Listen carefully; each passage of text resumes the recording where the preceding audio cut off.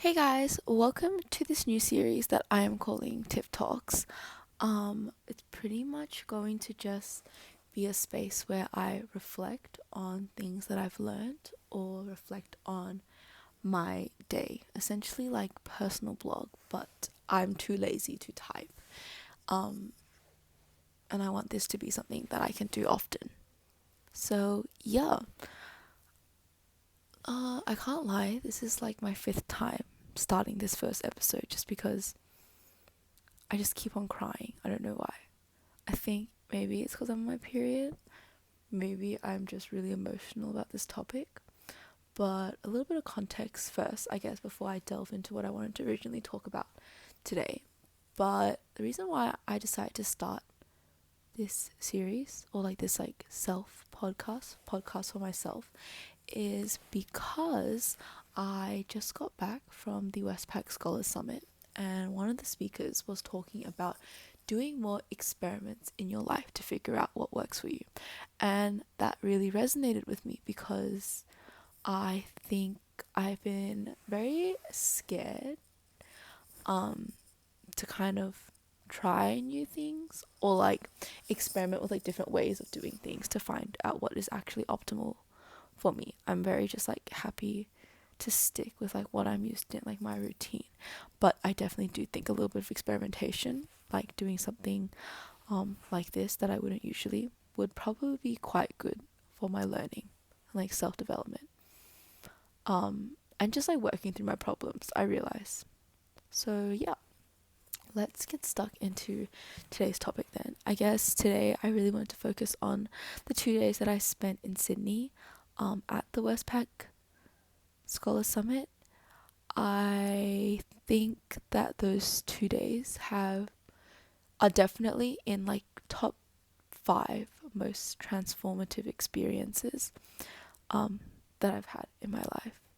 I think the overall I think the overarching reason as to why it was so inspiring, life-changing, thought-provoking is simply because of the people I was exposed to there and how different they are to, I guess, the people that I have encountered thus far in Melbourne, even in China, or even, yeah, just in general.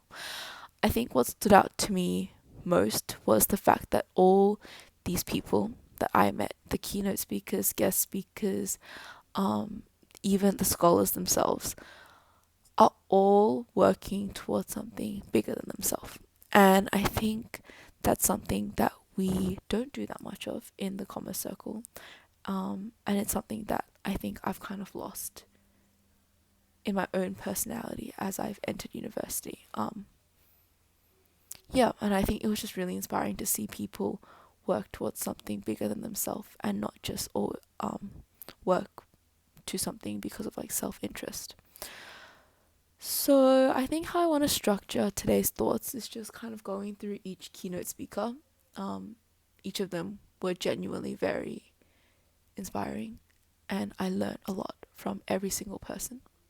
So I think I'll just go through each one and maybe share my key takeaways. Okay, so starting on day one, there was this lady called Indigo.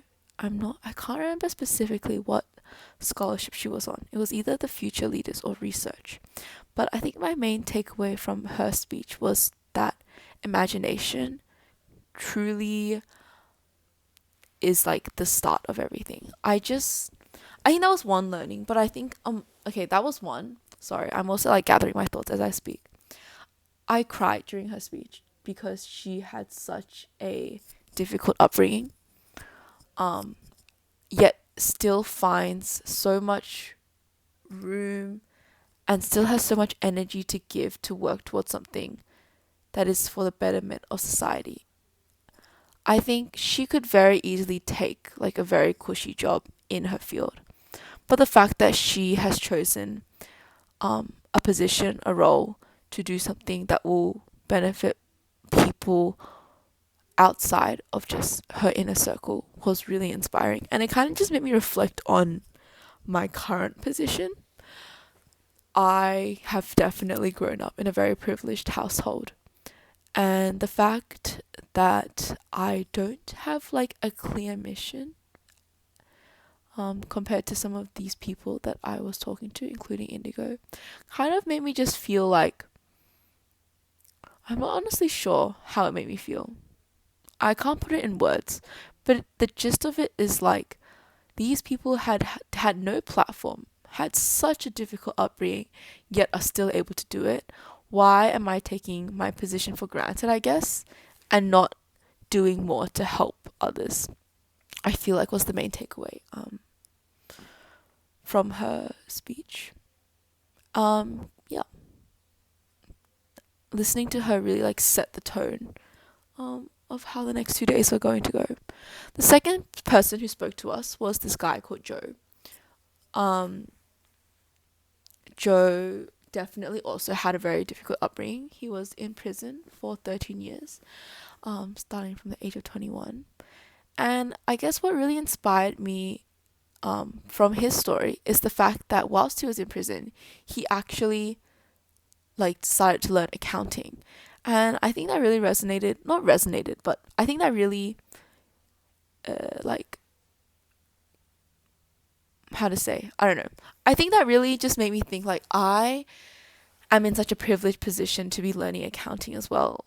And it's a subject that I understand, and it's a subject that, I've grown up with most of my life. And seeing someone work so hard towards something that I take for granted and I complain about every day was also just very eye-opening. Yeah, there's a lot more, but I'm still, I guess, kind of processing, and I'm hoping that as I speak my thoughts out loud, maybe it will help me process a bit more.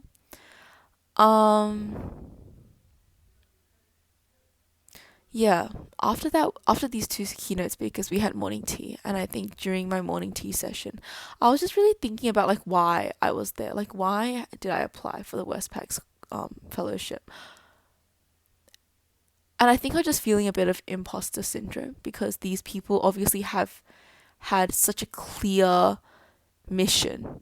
Like from young, they've had such a clear mission, or their path has like everything that they're doing now is because they experienced it in the past, and they want to now help people who are currently in the same position that they once were.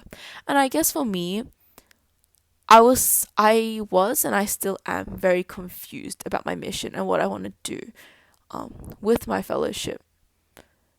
A part of me wants to do something similar to Indigo and Joe, whereby I build my own non-for-profit, as have many of the scholars. Whether that be, in my mind, that kind of looks like a school. I think that is a big dream of mine, to build a school back in Myanmar or Burma. But and then another part of me kind of thinks about the Australia-China space, and it's a space that I have only recently started like really exploring, but I think it's a space I really want to be in. What exactly my involvement looks like, I'm not sure, and I'm still trying to figure that out. But I guess these are the two kind of parts that I've thought about so far when it comes to what do I do with my life. I feel like I've jumped quite a few blocks there. But yeah, I am feeling quite conflicted at the moment. Okay, we'll move on. After that, we had a leadership workshop, which is where we learned about like experimenting with your life. And I found this concept just so so good. And I think, like I mentioned earlier in the video, is something that I really want to start adopting. I want to experiment more in my learning. I want to experiment more in my well-being, and I want to experiment more in how I connect with people. So in terms of learning, I think I want to experiment more in terms of how do I reflect, whether that be writing a blog, whether that be doing something like this where I just talk about my reflections, and see kind of, does it help me become more of an insightful person if I do this for longer. So I'm going to try, the commitment that I've made to myself is to do an episode of Tiff Talks at least every week. Um, and by the end of the month, I want to see whether or not I've actually like properly processed like more information that I'm taking in. Sorry, that was a really bad sentence. Another thing I want to experiment with in terms of my learning is my study location. Am I actually more productive in a cafe? Am I actually more productive in a library, at school, at home? So I think in how I'm gonna do this is I'm gonna spend a week in each location. So for example, today is Friday. Next week I'm going to spend most of my time at a cafe. Or I'm going to spend 3 days at a cafe and track how much work I get done. And then I'm going to spend another 3 days studying at uni and track how much work I get done. The week after, I'm going to do 3 days at home versus 3 days at a local library. And at the end of the 2 weeks, I'm going to see which location I am most productive in and I guess go from there. In terms of my well-being, I honestly wasn't too sure about what to do for this and I'm still a bit unsure. So I'm not ready to commit to anything fully yet, but I think, yeah, I'm not sure because I definitely have tried doing Pilates every day in the past, but I don't really think that lifts my mood. I think, um, I've tried like I thought about like cutting sugar, drinking less matcha, but I don't think that's very realistic for me, to be honest with you. So I'm still not too sure what I want to experiment with in my well-being. I think honestly, like the talking and the reflecting will help my well-being a lot already. I'll spiral less. I'll spiral less and worry less. So I guess we'll just start with that. And in terms of connection, I think I want to experiment with connecting with different types of people. I think at the moment, most of my connections definitely are in the corporate space. You connect with someone to learn about their experience in an industry, but I think I want to connect with someone who will be more of like a mentor to me, which is why I've actually reached out to one of the speakers, because I really resonated with her story and was truly, really, truly, truly, truly inspired by her story and what she's done. So that's my experimentation there. Um, yeah. After that, after that session, we had another panel where it was just the Australia Asia Fellows, and we had a panel of three. And the panel of three was a guy called Doug, who had worked in China with KPMG for a while, a lady called, oh, I forgot her name, Tamala, I think, something like that, who has her own like cultural sensitivity intelligence company, I guess, where she kind of provides cultural awareness training to government departments and other large organizations. And then this other girl called Mira, I think, who works for the New South Wales government in the renewable sector. And I guess the point of this panel was kind of them just talking about what exactly it means to be Asia capable and what exactly we should be doing to be Asia capable / what we should be focusing on during our residentials. I think my main takeaway from this was mainly from Doug, simply because he had been in China for a while, whereas the other two were Thailand based and Japan based. But listening to Doug kind of just made me realize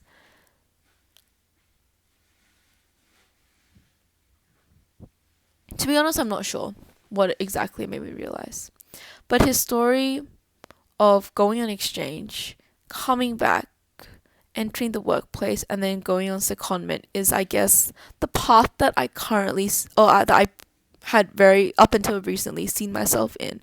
You do consulting for 3 years, do an MBA, ask for a secondment for half a year, come back, keep working in consulting, and then exit. Yeah, that panel was honestly quite interesting in terms of like learning what exactly it meant to be Asia capable. It's not exactly something that I've actively thought about. I think for me, being Asia capable is kind of just cultural awareness and knowing what to say and when to say it. But I guess I'm also learning a bit more about what that means. I'm gonna fast forward a bit because there were so many other amazing speakers. Another person that really resonated with me was this lady called Amy King, and her story is in terms of the work that she's done in the Australia-China space is incredible. She's done a PhD in Australia-China relations, and she now like gives briefings to government about that. And I just thought that is such an interesting way to be using your research for this betterment of society. Like, I think hearing about that made me realize it doesn't mean like just because I want to like creating my own non-for-profit is not the only way to bring good in the world. Simply having more knowledge than the average individual and then sharing that knowledge is an amazing and very effective way to change people's opinions then change international relations. So she definitely gave a hard sell to the PhD.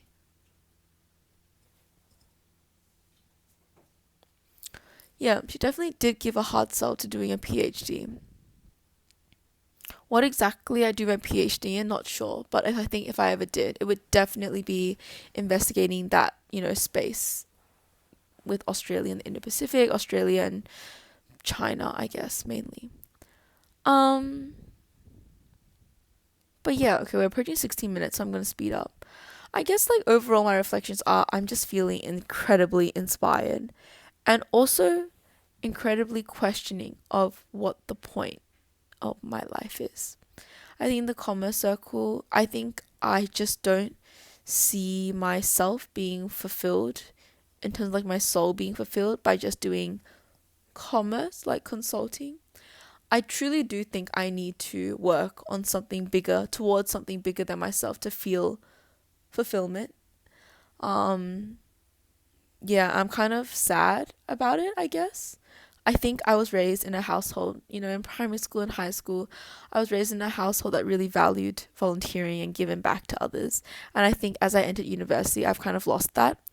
And instead, I've become quite selfish, I would say. Everything I do is essentially to better myself, like me coming to uni melt, me joining clubs, me going on exchange.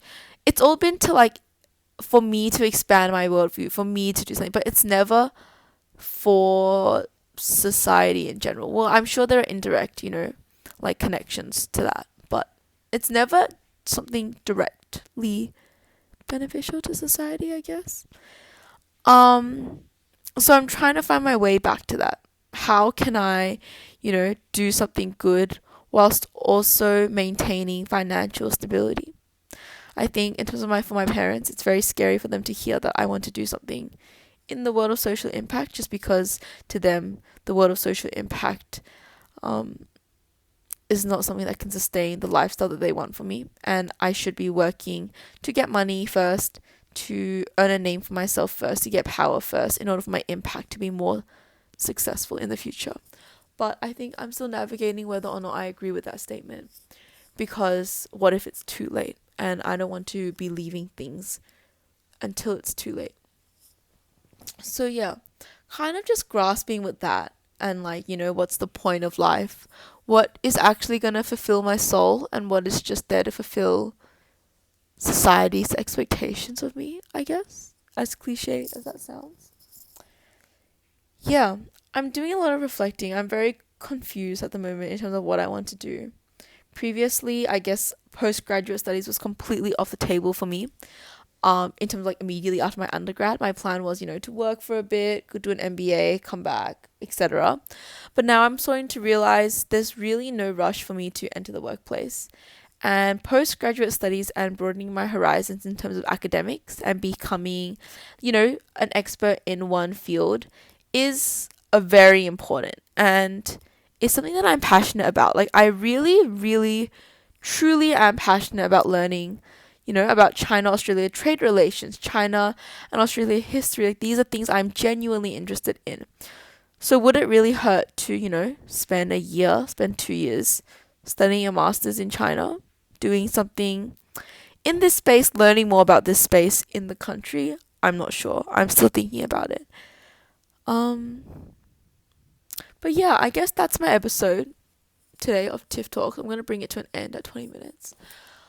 I think after the summit, I'm just feeling very perplexed with what the point of my life is, and I'm trying to figure that out. and also figure out just like next steps. Do I graduate? Do I keep studying? Do I work?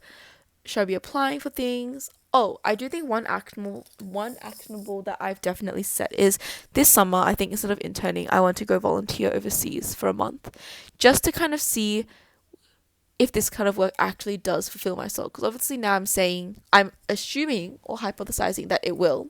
But I think I just need to experience it for myself to determine, is this something that I actually want to go ahead with. So yeah. Thank you so much for listening to the first episode of Tiff Talks. I hope you guys enjoyed, and I hope you guys, I hope my reflections and chats kind of triggered some learnings for you guys, some thoughts for you guys. If they did, feel free to message me. I would be very keen to learn other people's perspectives on the things I've talked about today. If not, I'll see you guys in the next episode. Bye!